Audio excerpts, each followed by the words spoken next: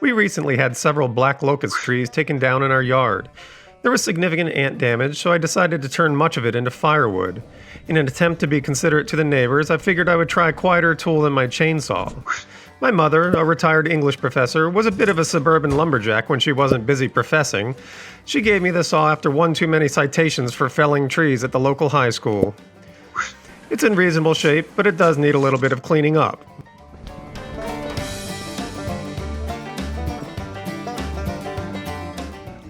I started by removing the handles, which was pretty straightforward.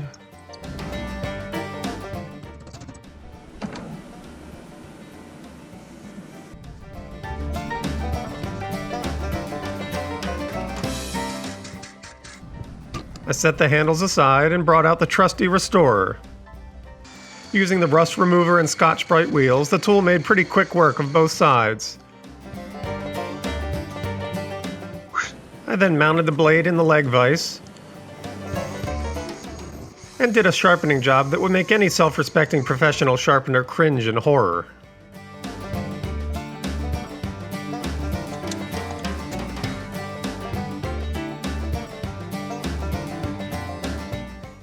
I added a coat of paste wax and used Evaporust for the smaller parts.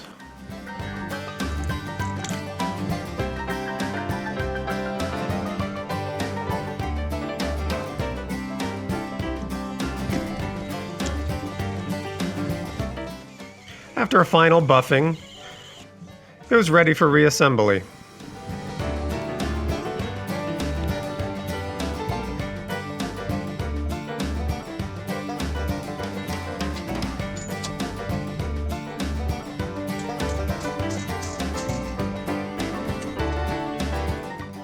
With the cleanup complete, it was time to put it to work. I used the log ox to get the log in position and marked it out for firewood lengths. I then got started on this most manly of endeavors. But I was quickly reminded of why humans make machines. Probably due to a combination of my haphazard sharpening, less than ideal set on the teeth, and the green black locust wood, the saw immediately began to bind up.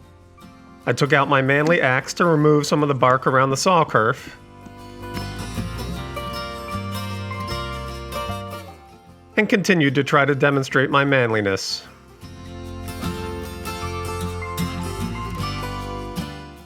However, at this point, I was definitely looking for a way out of the manly corner I had backed myself into. Fortunately, I was saved by a knight in orange and white armor.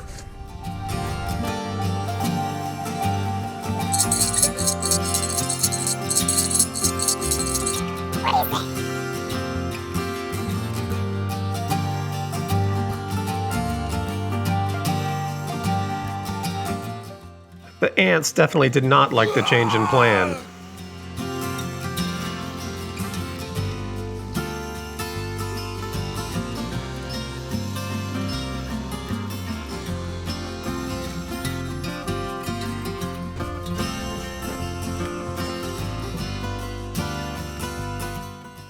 Even with the chainsaw, it ended up being quite a lot of work.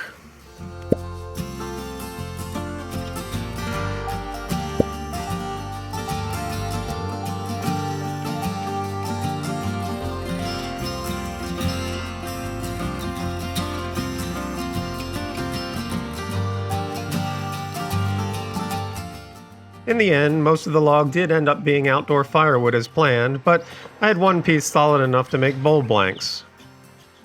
For that purpose, I cut out the pith with the chainsaw,